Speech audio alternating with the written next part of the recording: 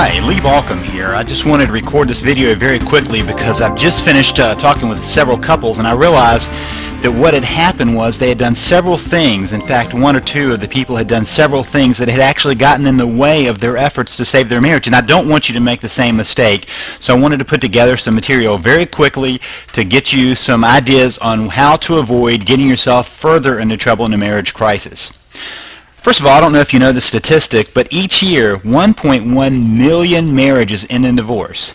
In other words, half of marriages, we get about 2.2 million marriages that start in the U.S., and the number that ends is half of that. The question is, will you be able to beat the statistic? And I'm going to show you some ways of not getting yourself further into trouble.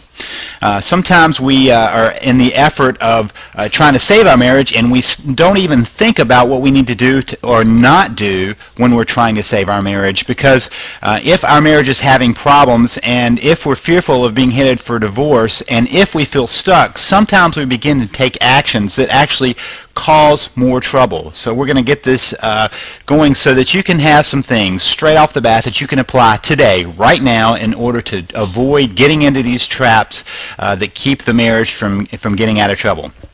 Sometimes we do some things, some actions, inactions that can actually make the situation worse unless we know what to avoid. You need to know what to avoid so you don't have to get into trouble before you start working on how to fix your marriage. So let's get started right off the bat. The first don't is don't refuse to face reality. One of the biggest things I see is people just kind of floating around as if nothing's happening, and my comparison is watching people get into financial trouble. They don't even notice as their debt goes up and up and up. They refuse to notice that their habits of spending are out of control. It's the same with their marriage. Sometimes we refuse to face the reality of what's really going on.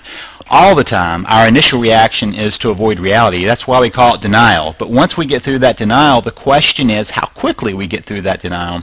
You see, sometimes not facing reality has been the problem for years. I've seen people who have had spouses who have been talking to them in very mean ways for years and years, and the spouse was never even aware of what they were doing. They've been part of the problem of not facing the reality of what's taking apart their marriage for so long that they find themselves in trouble and suddenly can't figure out how to get out of trouble. And here's the thing. Little problems can become big problems if we refuse to look at them. I don't know how many times I've looked at a couple and said, man, I wish you had come a year ago, or 6 months ago, or 6 weeks ago, before this turned into a snowball that was so huge that I didn't know if I could turn it around. It's time to assess the situation. It's time to sit back and say, what's really going on? What's my role? What has been here for a long time? What are the patterns that we need to be looking for? In other words, it's time to face reality and see where you're going. You're likely watching this video because you're beginning to face reality and you're beginning to think that something might need to change.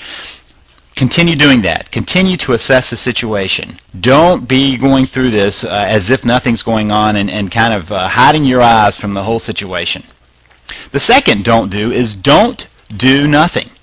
In other words, don't be frozen. Don't just get stuck. Sometimes when we're overwhelmed, we just find ourselves completely paralyzed and we can't get ourselves moving. Sometimes when we think so much about the situation, we find lots of different possibilities and we exhaust ourselves thinking about all the possibilities and we never take action.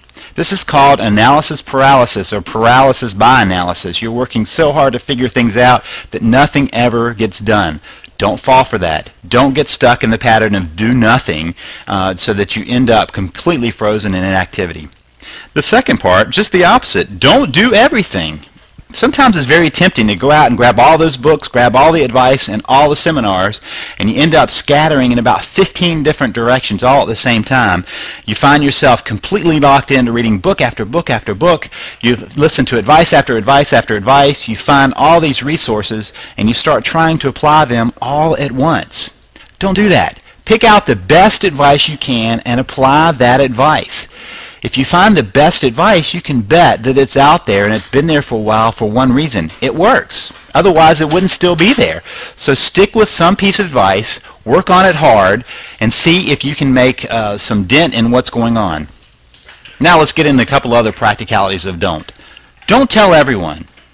One of the tendencies we have is when we're in the midst of a crisis, we want to tell everyone around us of what's happened because we want them to give us support. The problem is, when we start telling everybody what happens, when we get back together, there's a whole community that's looking at you as a broken relationship.